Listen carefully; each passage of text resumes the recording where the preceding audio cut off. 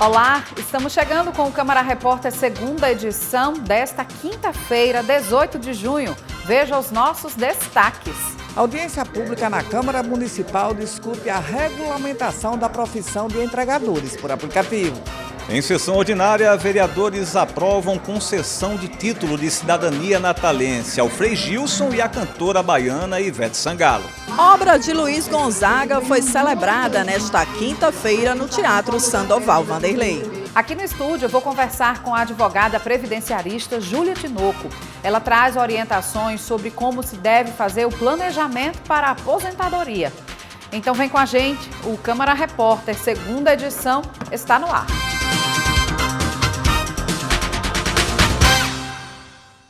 As demandas do transporte por aplicativo foram debatidas durante a reunião da Frente Parlamentar em Defesa dos Trabalhadores por Aplicativo, realizada nesta tarde aqui na Câmara Municipal.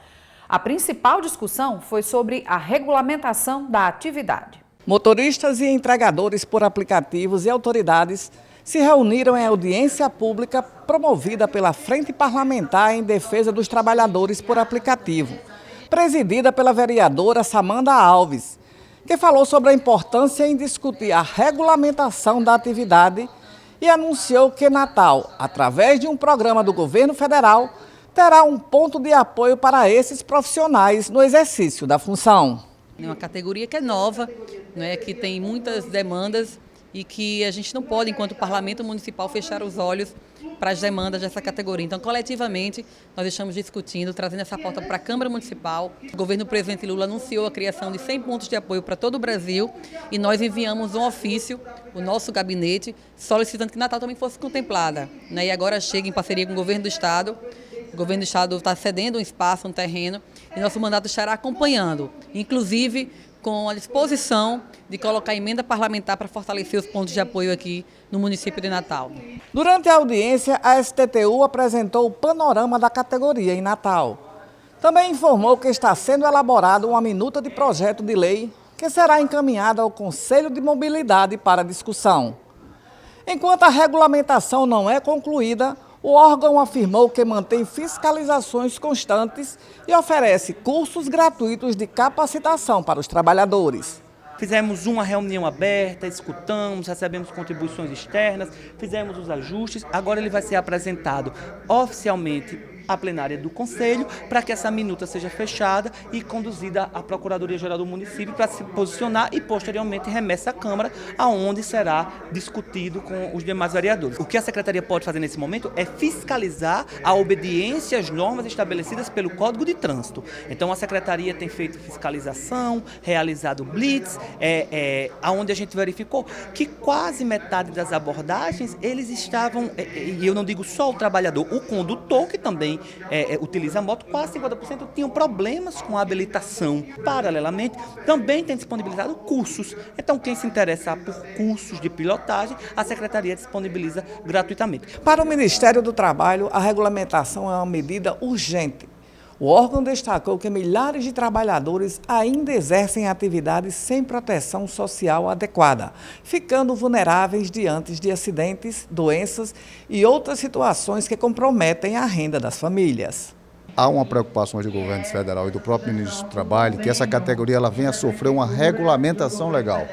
Ela hoje é uma categoria que convive muito com inseguranças, com incerteza e, sobretudo, atrapalhando a margem da proteção social, né, que o trabalhador que tem vínculo empregatício tem. Nós sabemos que muitos deles trabalham sob regime de pejotização, muitos deles trabalham sob regime de prestação de serviço a plataformas, em cooperativas, muitas vezes fraudulentas, e esses trabalhadores não fazem jus a qualquer daqueles direitos, né, que constam da legislação trabalhista brasileira, como férias, 13º, previdência, seguro-desemprego em caso de demissão, ou seja, estão à margem dessa proteção social. E a preocupação maior nossa é que hoje criarmos, inserirmos essa categoria exatamente dentro desse marco civilizatório que nós podemos falar assim, que é o tecido de proteção da classe trabalhadora brasileira. Já o representante da categoria falou sobre a expectativa da regulamentação, reconheceu o alto número de acidentes envolvendo esses profissionais e defendeu regras que garantam mais segurança, assistência e valorização profissional. Isso é uma expectativa que a gente vem lutando também há anos. Temos duas diretoras que vêm articulando desde o GTT, que foi a mesa de tripartite do governo federal, que chamou todas as organizações, todas as associações a participar. Então a gente teve lá presente a Aline Soares e a Natália, a qual elas discutiram justamente esses problemas que aqui em Natal, onde no Nordeste a gente temos vários pontos de apoio, temos em João Pessoa, temos em Recife, temos em Pernambuco, mas Natal é a única cidade que a gente luta há anos. Todas as paralisações, manifestações que a gente fazia, uma das pautas que a gente colocava principal era que essas empresas ela traziam esse ponto de apoio para os trabalhadores, que é uma necessidade. E a gente reafirma as pautas da categoria. Nós precisamos de mais pontos de apoio, nós precisamos de regulamentação, precisamos de EPIs, precisamos de bem-estar para esses trabalhadores e trabalhadoras tão importantes para a cidade. A audiência também foi marcada por um momento de reconhecimento.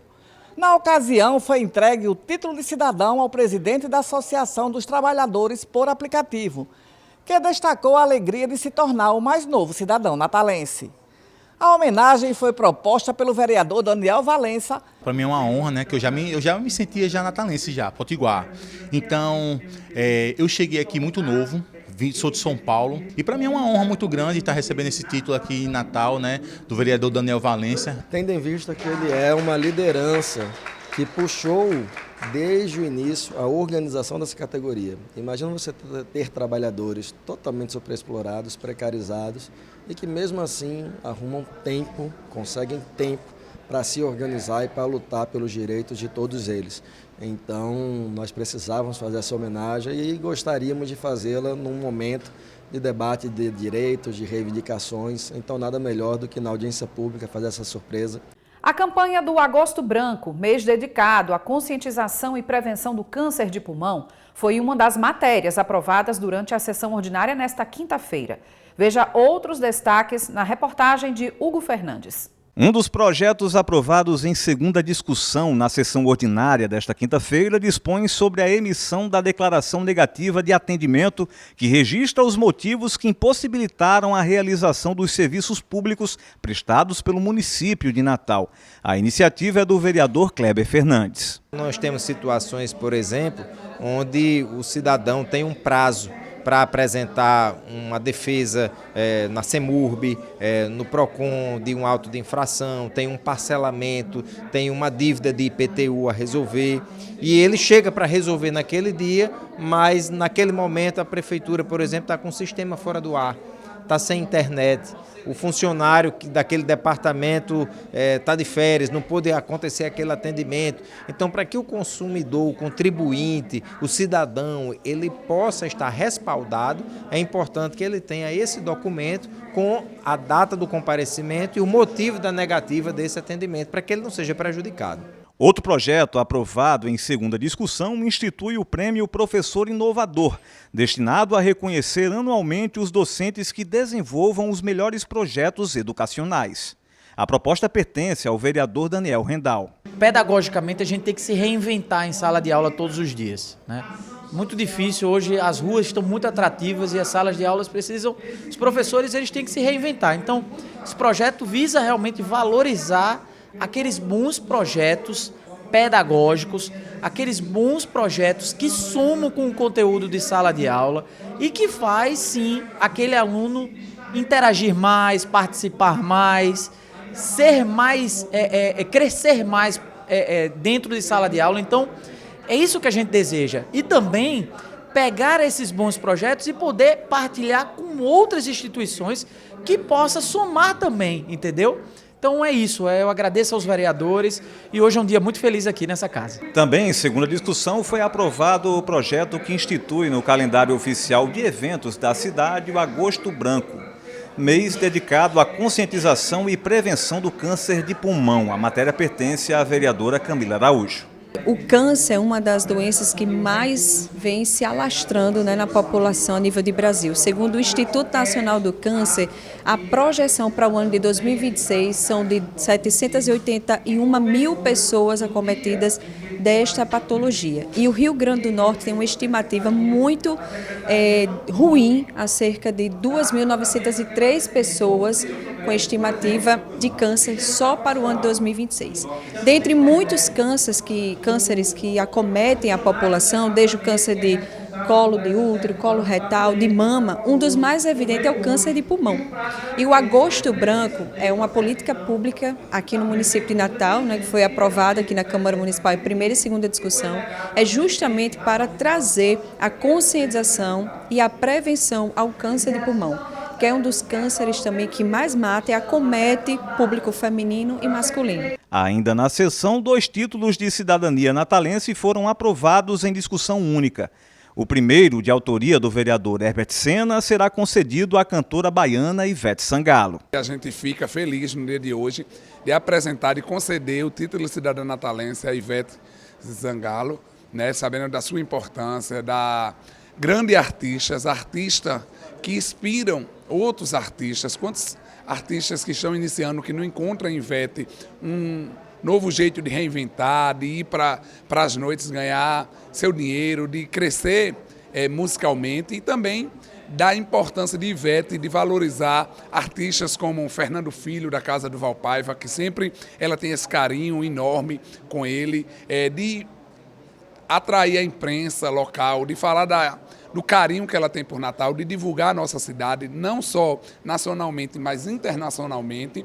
E também Ivete, que pediu para ser cidadã natalense, porque já se considera natalense. O outro título de cidadania natalense será concedido ao Frei Gilson da Silva Pulpo Azevedo. A matéria pertence à mesa diretora da Câmara. Eu vejo como um exemplo de fé, um homem de Deus, um homem idôneo, né, que tem levado o Evangelho de Cristo Jesus a toda criatura e representa muito bem o segmento católico, né? Então a Casa Legislativa, a Casa do Povo, reconhece esse legado do Frei Gilson, apresentando a maior honraria deste parlamento, que é o título honorífico de cidadão natalense, e foi aprovado por unanimidade nesta casa, e a gente fica muito feliz essa proposta da mesa diretora de reconhecer este homem de Deus que tem prestado um relevante serviço à sociedade brasileira, sobretudo natalense. Nesse período dos festejos juninos, o Centro de Queimados do Hospital Valfredo Gurgel fica em alerta. Embora o número de atendimentos tenha reduzido nos primeiros meses desse ano, as internações por casos graves aumentaram. A reportagem de Hugo Fernandes mostra ainda que a reforma da unidade segue paralisada. Há 1 mês e meio, Vera Lúcia está internada no Centro de Tratamento de Queimados do Hospital Valfredo Gurgel. Ela se queimou após acender um fogão a lenha com gasolina. Aconteceu, eu me queimei no dia 4. Aí eu vim pra cá dia 5, aí o médico fez o primeiro socorro, aí eu fui pra casa, aí na sexta-feira eu vim, aí fiquei internada. Aí a senhora usou gasolina no... Foi para fazer o fogo, que eu nunca botava gasolina, aí dessa vez botei, aí aconteceu. Aí já está bem melhor. Tá, desde que eu cheguei aqui já estou bem melhor. De acordo com a CESAP, de janeiro a maio deste ano, houve uma redução de 5,4% em relação ao mesmo período do ano passado no número de pessoas que deram entrada aqui, ao Centro de Tratamento de Queimados do Hospital Valfredo Gurgel. O número está ligeiramente menor do que o ano passado, comparando janeiro a maio. Os números de junho ainda não estão prontos, porque obviamente o mês ainda não terminou. Mas de janeiro a maio nós tivemos uma redução em relação ao mesmo período de 2025 de 5,4%.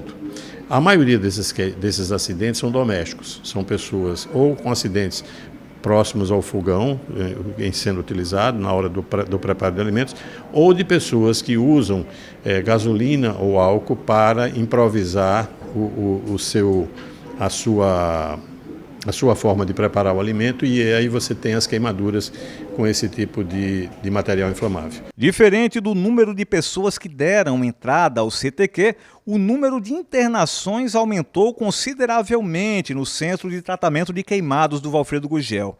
A informação é do coordenador do local, o cirurgião plástico Marco Almeida. O que nós temos visto? Infelizmente, o número de internações mais do que dobrou. Então, imaginem que no nosso último levantamento, que eram 10 meses, nós tínhamos 80 casos de internações. Sendo que agora, em 5 para 6 meses, nós duplicamos para 160 internações. Bom, vejam só, internações não quer dizer que sejam os casos ambulatoriais, que talvez seja isso que o nosso secretário esteja se referindo. E uma coisa que nos chamou muito a atenção, a gravidade. A gravidade dessas queimaduras tem piorado muito. A extensão e a profundidade das queimaduras, infelizmente, elas estão muito piores. E daí a próxima pergunta que tu vai me fazer, mas e por que isso, doutor Marco Almeida? Eu vou dizer, isso provavelmente é por conta das nossas condições socioeconômicas. A pobreza aumentando cada vez mais, as pessoas não têm condições, infelizmente, muitas vezes, de comprar o seu botijão de gás, começam a cozinhar com meios alternativos como álcool combustível ou outros líquidos inflamáveis. Aí vem as condições domésticas, dos eletrodomésticos, da fiação, e aí é uma sequência de problemas de pobreza. O coordenador do CTQ fez um alerta sobre os cuidados que a população deve tomar para evitar queimaduras no período junino. Eu, enquanto pai, jamais daria um fogo de artifício para um filho. Até porque alguns deles, mesmo os pequenos chumbinhos, por exemplo, eles são proibidos de serem vendidos para crianças menores de 5 anos. Então, mas eu não daria nenhum para eles, porque isso é uma questão cultural. O pai vai lá, compra e dá para a criança ir para brincar na escola. Isso é muito perigoso, pessoal, porque para começar a conversa, não existem fogos inocentes. Um fogo de artifício, mesmo um chumbinho, se jogado, atiçado no rosto de uma criança, pegar no olho, pode levar até uma cegueira. Então, a gente tem que estar muito cauteloso. Não fazer fogueiras altas, porque vai ter um momento que ela vai desmoronar. E quem estiver do lado, ela pode ser machucada, né, por uma fagulha ou alguma coisa, um pedaço de pau queimando, certo? Segundo, não se faz embaixo de linha elétrica. Terceiro, não se faz próximo de casa, porque se o vento bater, pode levar uma fagulha para dentro de casa. E quarto, uma coisa fundamental, acabou a festa, a gente tem que apagar o braseiro, porque depois vem a criança, passa por cima do braseiro, vem o adulto embriagado, passa por cima, muitas vezes tomba, cai, e são queimaduras muito graves. A obra de reestruturação do CTQ se encontra paralisada, já que a empresa que ganhou a dispensa da licitação não foi capaz de realizar o serviço. Essa obra do Valfredo, do Centro de Tratamento de Queimados, que é único no estado, ela estava dentro de um conjunto de uma obra maior de reforma do Valfredo Gugel, cuja verba federal está disponibilizada. Essa empresa do ano passado que tocava essa obra, assim como a do Tarcísio Maia, assim como a de Santa Catarina, recebeu um distrato por não estar dando conta. No Valfredo nós não tínhamos uma segunda opção. E aí a obra de licitação, como um todo, está passando por um processo de nova licitação. Qual foi o problema? O do CTQ, por ser único no estado, do público e privado, é o único setor de tratamento de queimados, nós fizemos uma dispensa de licitação. Infelizmente, a empresa que recebeu essa dispensa não foi capaz nem de entregar a documentação plena necessária ao bom andamento da obra, assim como também entregou uma medição irrisória. A medição que ela nos apresentou foi de R$29 mil e é um contrato de R$1,2 milhão. Então, na verdade, a obra praticamente não andou nesse período e nós, durante esses últimos 15 dias, demos entrada ao distrato junto à empresa. Essa documentação, nesse momento, está junto à Secretaria de Infraestrutura, para, com isso, a gente poder chamar uma nova empresa para poder tocar essa obra. Segundo o secretário de Saúde do Estado, uma nova licitação será aberta para a seleção de outra empresa. O Ministério Público ele recomendou que nós fizéssemos uma requisição. O problema da requisição é que ela, apesar de ser um mecanismo passível de ser aceito, mas ela não segue os trâmites normais da licitação. Associado a isso, o problema é que a requisição eu preciso usar verba estadual. E na hora que eu faço uma requisição, eu digo para a empresa, olha, você está requisitada para fazer a obra. E a empresa pode se negar, principalmente se ela tiver dúvidas sobre o recebimento.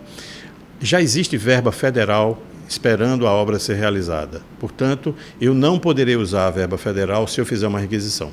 A alternativa é fazer, segundo a recomendação da PGE, que é a Procuradoria-Geral do Estado, é fazer uma licitação com um trâmite mais acelerado, de forma que a gente possa dar essa solução definitiva. E com isso, obviamente, na medida que tenha a verba disponível, a gente acelerar a obra de maneira mais adequada para o momento que nós estamos vivendo. Agora, uma informação para quem gosta de participar de leilões é que parte dos imóveis dos Correios aqui no Rio Grande do Norte vão a leilão com um desconto de até 25% no preço. Simone Silva tem as informações. Os Correios realizam novos leilões de imóveis comerciais com ofertas de 37 imóveis nos dias 18, 24 e 25 de junho. Há unidades no Rio Grande do Norte, nas cidades de Natal, Barcelona e Pedro Velho.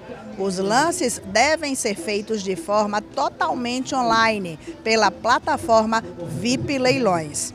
Conheça melhor os imóveis oferecidos no Rio Grande do Norte.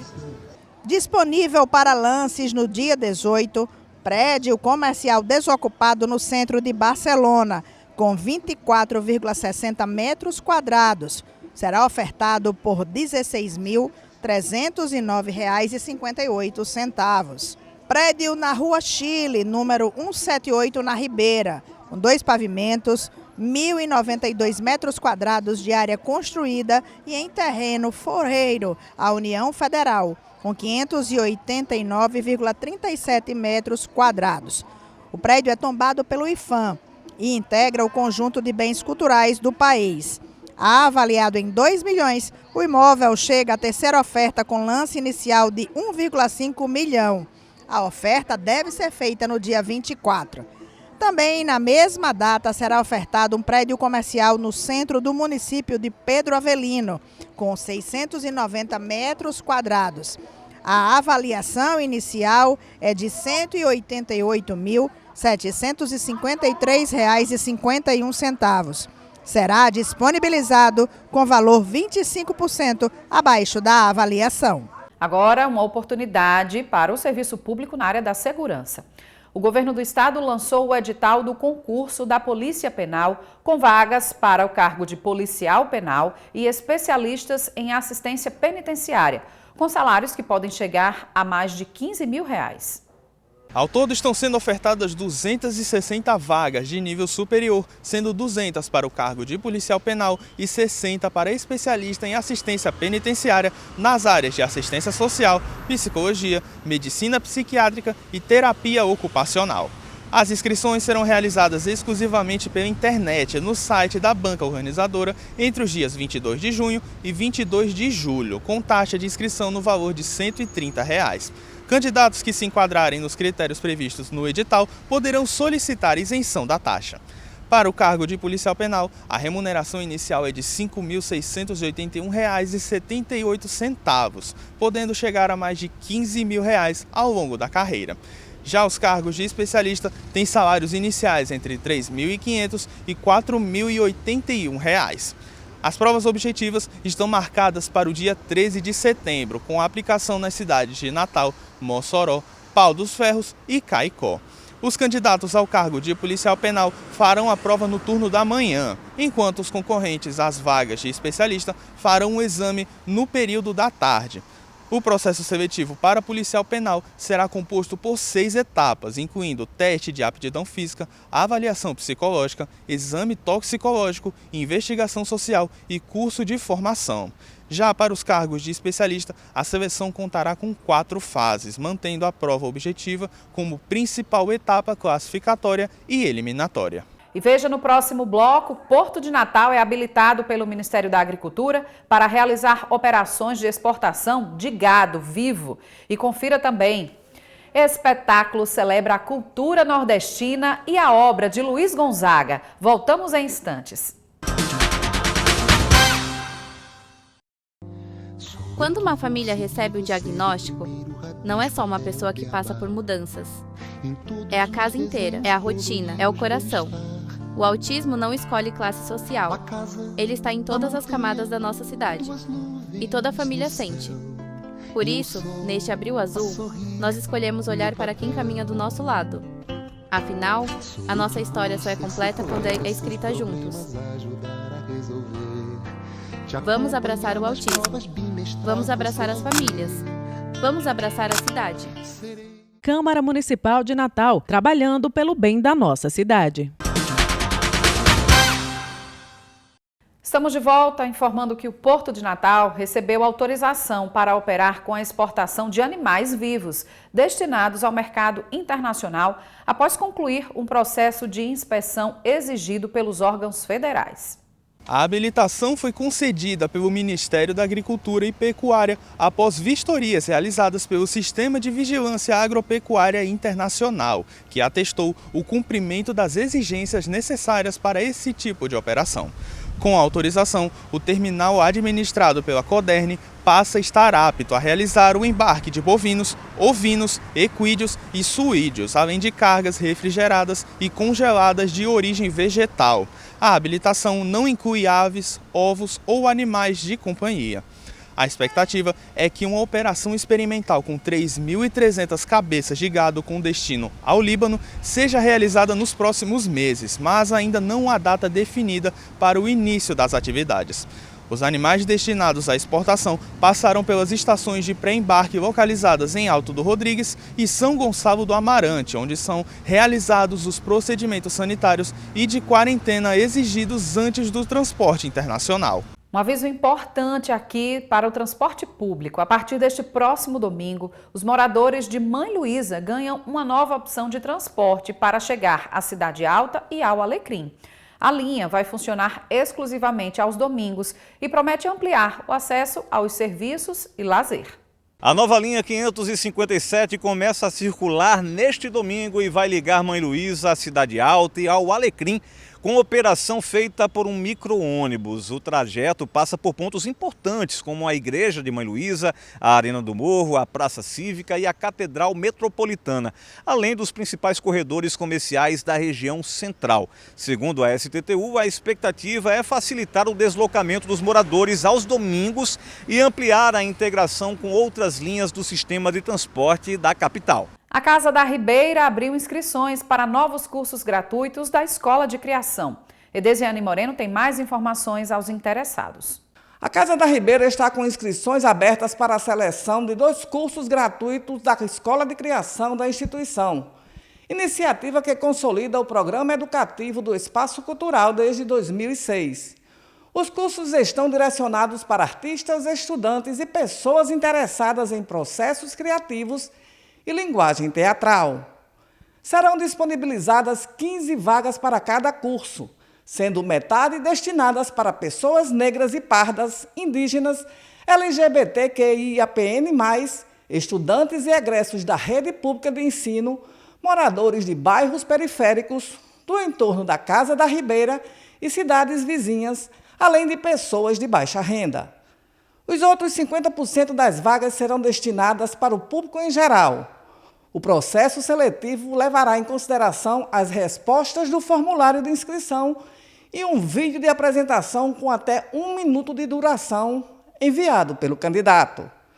O resultado será divulgado até o dia 30 de junho no perfil oficial da Casa da Ribeira no Instagram.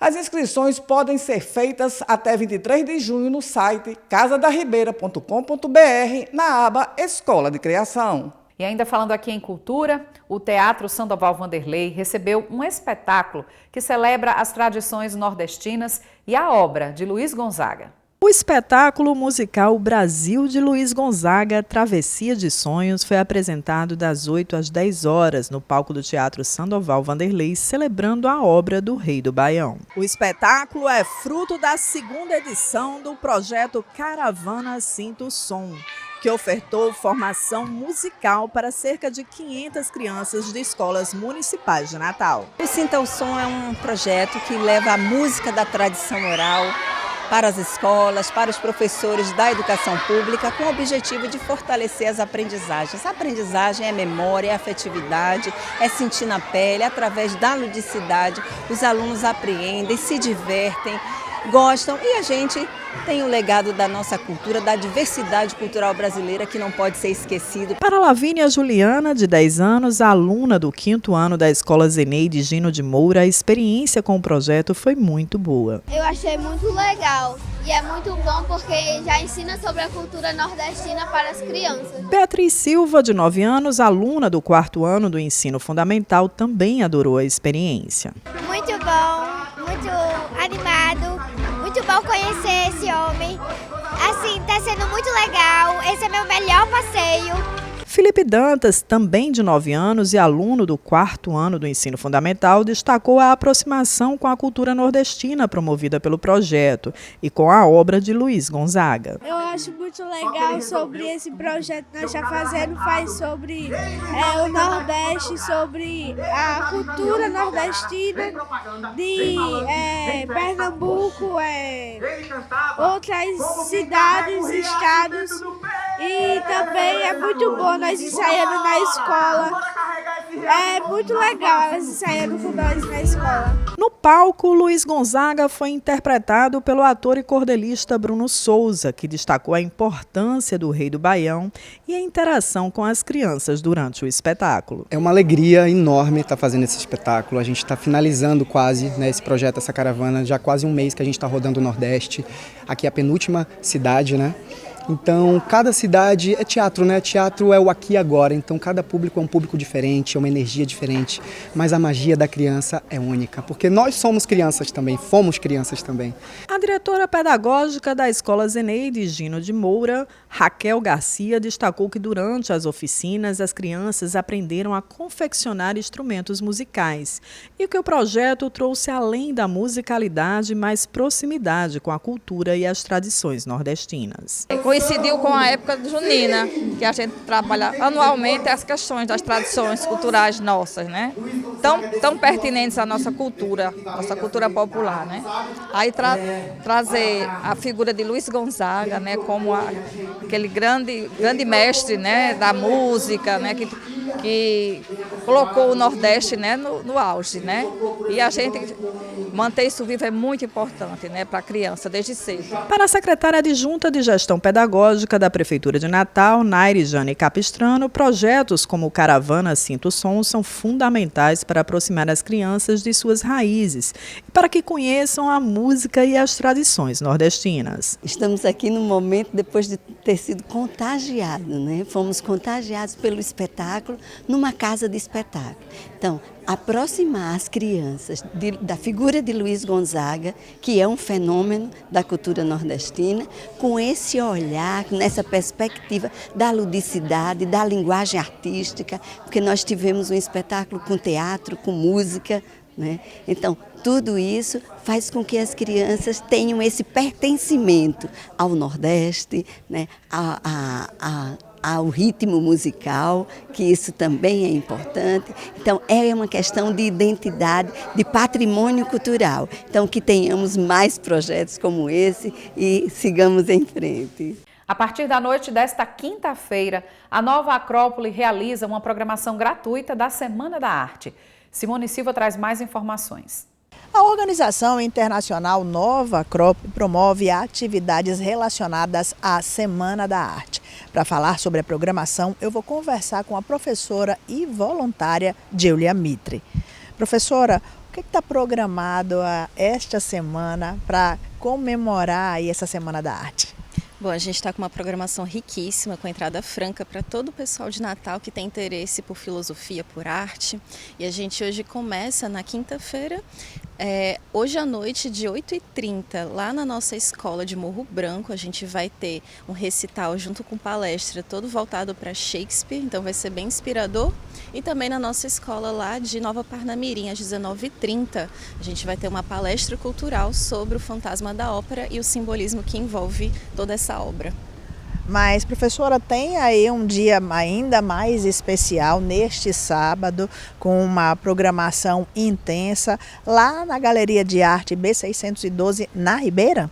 Exatamente, todas as escolas de Natal da Nova Acrópole se reuniram para fazer um belíssimo evento em um lugar muito especial que Natal está ganhando novamente, que é a Galeria B612, uma galeria de arte muito bonita, enorme, cheia de peças maravilhosas. E lá a gente vai ter uma programação também bem completa, desde manhã, começando de 9h30, a gente vai ter um tour guiado pelas peças, pelas obras, com uma visão artística, filosófica e histórica de cada peça. A gente também também vai ter oficina de desenho, oficina de fotografia, vamos ter palestra e um diálogo com o nosso patrono das artes, que é o seu Anchieta, responsável pelo local. Então, acho que a gente tem que valorizar, né, um pouco dessa abertura que a gente está tendo da cultura local, para poder até conhecer esses espaços que eu nem sei se todos conhecem, né, a galeria, mas que está aí aberta ao público e que a gente vai ter realmente uma programação assim, muito interessante para todo mundo. Importante ressaltar, né, Dília, que toda essa programação, tanto a desta quinta-feira na Nova Acrópole de Morro Branco e de Nova Parnamirim, quanto da galeria, são programações gratuitas. É preciso fazer alguma inscrição? Sim, nós temos uma inscrição mais para garantir a vaga, né? Porque como é muito aberto ao público, a gente tem aí no nosso Instagram, @Acrópole Rio Grande do Norte, não custa nada, só mesmo para garantir a vaga. Então aproveita e convida aí quem está assistindo a gente para participar de toda essa programação. Bom, eu espero que estejam conosco, estamos fazendo com uma alegria enorme para receber a todos e realmente vai ser assim inesquecível, são muitas oportunidades de ter uma experiência estética através da arte. Como planejar uma boa aposentadoria? Esclarecer essa questão vai ser um dos assuntos da nossa entrevista com a advogada previdenciarista Júlia Tinoco. Ela traz orientações sobre quando começar a se planejar. Não saia daí que nós voltamos logo depois do intervalo. Quando uma família recebe um diagnóstico, não é só uma pessoa que passa por mudanças. É a casa inteira, é a rotina, é o coração. O autismo não escolhe classe social. Ele está em todas as camadas da nossa cidade. E toda a família sente. Por isso, neste Abril Azul, nós escolhemos olhar para quem caminha do nosso lado. Afinal, a nossa história só é completa quando é escrita juntos. Vamos abraçar o autismo. Vamos abraçar as famílias. Vamos abraçar a cidade. Câmara Municipal de Natal, trabalhando pelo bem da nossa cidade. Estamos de volta com o Câmara Repórter para falar sobre um assunto que com certeza interessa muita gente. Por acaso, você já começou a pensar na sua aposentadoria? Qual o melhor caminho para fazer investimento pensando nisso? É para falar sobre esse assunto, esclarecer, né, todas essas dúvidas que a gente tem o prazer de receber aqui a advogada previdenciarista Júlia Tinoco para conversar com a gente e trazer todas essas orientações que são muito importantes. Bem-vinda, Júlia. Muito obrigada, uma satisfação estar aqui com você hoje. Júlia, por onde começar? Quando as pessoas, né, os trabalhadores, pequenos e grandes empresários devem começar a pensar em aposentadoria? Então, Larissa, a gente precisa começar a pensar a partir do momento em que a gente começa a laborar, começa a ter uma vida profissional ativa, que você começa a se organizar e aí a gente precisa começar a pensar em um planejamento para organizar toda essa questão contributiva. Porque no direito previdenciário a gente está sempre falando do passado. Sim. Então, quando a gente deixa para organizar tudo depois que se passaram 20, 30, 40 anos de contribuição, é um pouco mais complicado. Então, assim que você começa, o ideal é que você já vá se antenando na sua organização previdenciária. Muito importante mesmo. E principalmente do ponto de vista do trabalhador, né? Da pessoa, geralmente o CLT ele fica muitas vezes visando apenas a contribuição que ele faz ao INSS, mas não é bem assim. Isso. Por quê? O que acontece é que algumas empresas, muitas delas, às vezes não pagam todas as contribuições como devem ser. Quando pagam e você tem alguma brecha financeira, você pode fazer uma complementação na sua renda. Então, tudo é uma questão de organização e estratégia, mesmo você sendo seletista ou sendo algum tipo de empreendedor. E dentro dessa realidade que a gente sabe que dos últimos anos para cá, após a reforma trabalhista, a última que houve, muito trabalhador, que era o trabalhador formal de carteira assinada, CLT, ele se tornou PJ, né? Antes ele estava acostumado a que essa contribuição fosse por meio da empresa e agora ele é quem deve, né, ter essa responsabilidade própria. Para essas pessoas também muda um pouco? Como é que, qual seria o melhor caminho? Muda, Larissa. O que acontece é que hoje em dia é difícil de ser empresário no nosso país. Muitos impostos, muitos tributos, isso acaba mudando muita coisa no nosso cenário, né? Mas isso não deve ser deixado para trás.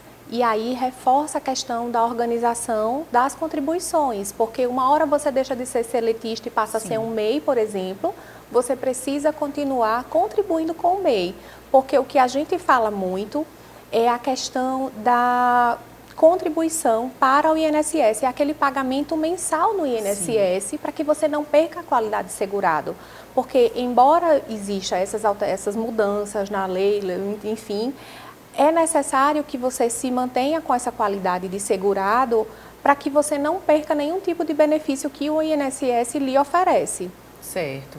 E a gente está falando aqui só sobre CLT, mas a gente sabe que, por exemplo, existem, enfim, em grande parte do país, os servidores públicos, né, servidores que têm regime de previdência próprio ainda, dependendo da instituição onde atue, mas para esses servidores também é interessante pensar em uma outra fonte, assim, de investimento complementar para a aposentadoria? Sim, com certeza. Independente de se ele é vinculado ao regime geral, que é o INSS, ou regime próprio, que são servidores públicos, é necessário um planejamento, porque muitas vezes a gente acaba identificando nesse planejamento previdenciário contributivo, que é o que eu faço, que o limite dele de contribuição já atingiu. Então, a gente acaba muitas vezes indicando uma previdência privada, porque o que precisa ser calculado é o investimento que você faz a vida toda, versus o que você vai receber. Então, essa conta ela precisa ser fechada. Quem tem direito à aposentadoria especial, por exemplo, que eu faço muito, quando completa lá os 25 anos de contribuição e tem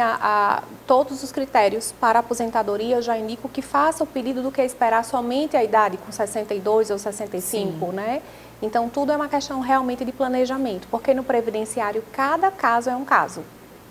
Em que fase, vamos assim dizer, de tempo de contribuição que a pessoa já tenha, né? Enfim, como trabalhador, como servidor público, é bom que comece já a fazer esse planejamento. Quanto tempo antes de se aposentar?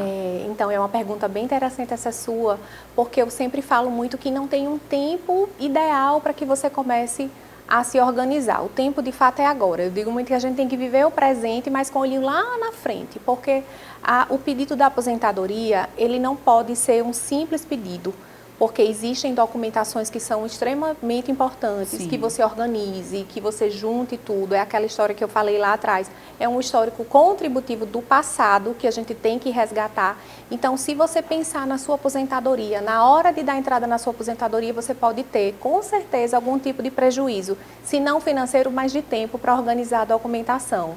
Então, o ideal realmente é que isso seja feito e planejado o quanto antes. Muito bom mesmo saber disso, né? Ter essa orientação, Júlia. E você falou também sobre a questão da previdência privada, né? Fazer essa complementação. Quando é que é ideal fazer isso?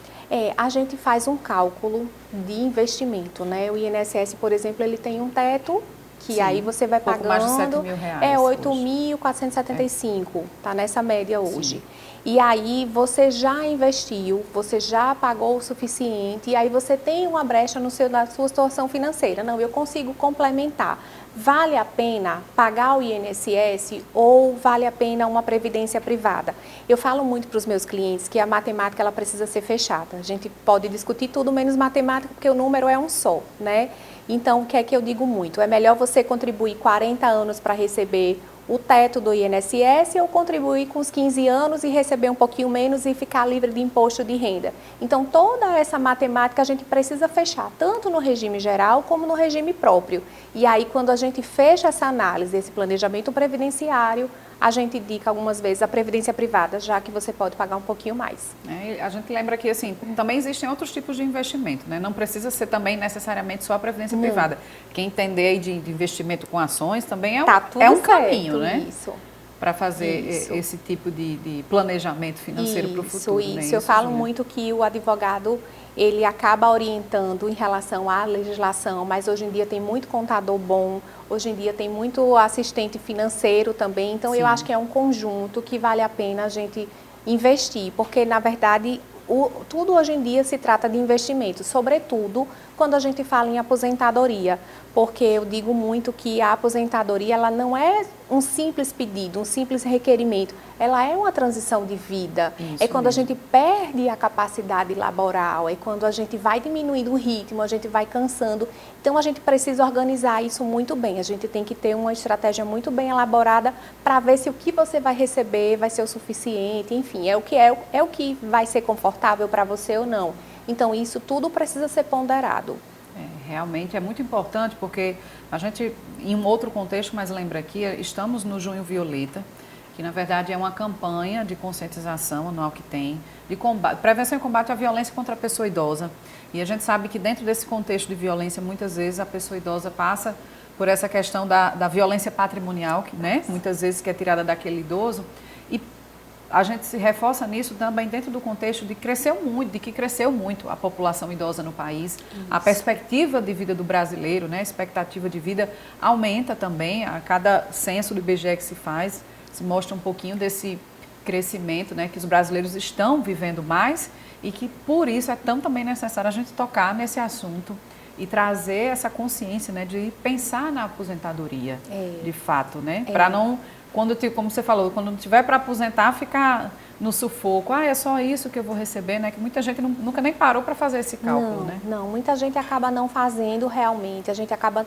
É tanta correria, a gente trabalha tanto, é tanto que a gente não para pensar o quanto isso é importante lá na melhor fase, né? Da questão da aposentadoria, onde a gente começa a precisar desacelerar.